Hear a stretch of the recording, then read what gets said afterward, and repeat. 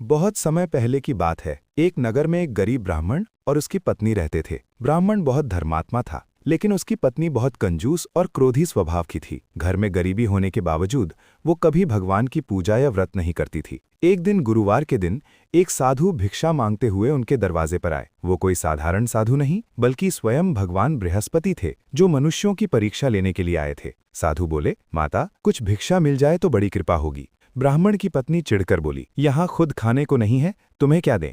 जगे बढ़ो। वो शांत स्वर में बोले, तुम हर गुरुवार को भगवान बृहस्पति का व्रत करोगी, पीले वस्त्र पहनोगी और केले के पेड़ की पूजा करोगी तो तुम्हारे घर में सुख समृद्धि आ जाएगी।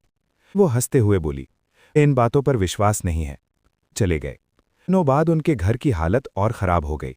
भी कुछ नहीं बचा। ब्राह्मण की पत्नी दुखी होकर बैठी थी, तभी उसकी पड़ोसन आई। ने पूछा, बहन, तुम इतनी दुखी क्यों हो? उसने सारी बात बताई।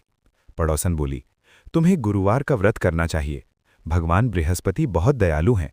पीले कपड़े पहनकर चने की दाल और गुड़ से पूजा करो और केले के पेड़ को जल चढ़ाओ।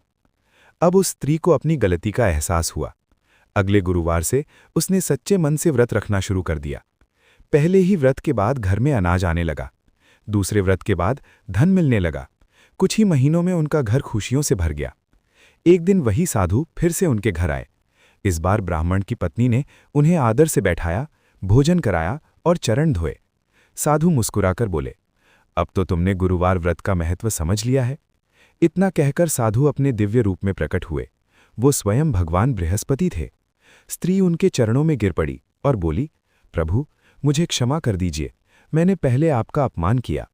भगवान बोले, जो व्यक्ति सच्चे मन से गुरुवार का व्रत करता है, उसकी सभी मनोकामनाएं पूरी होती हैं।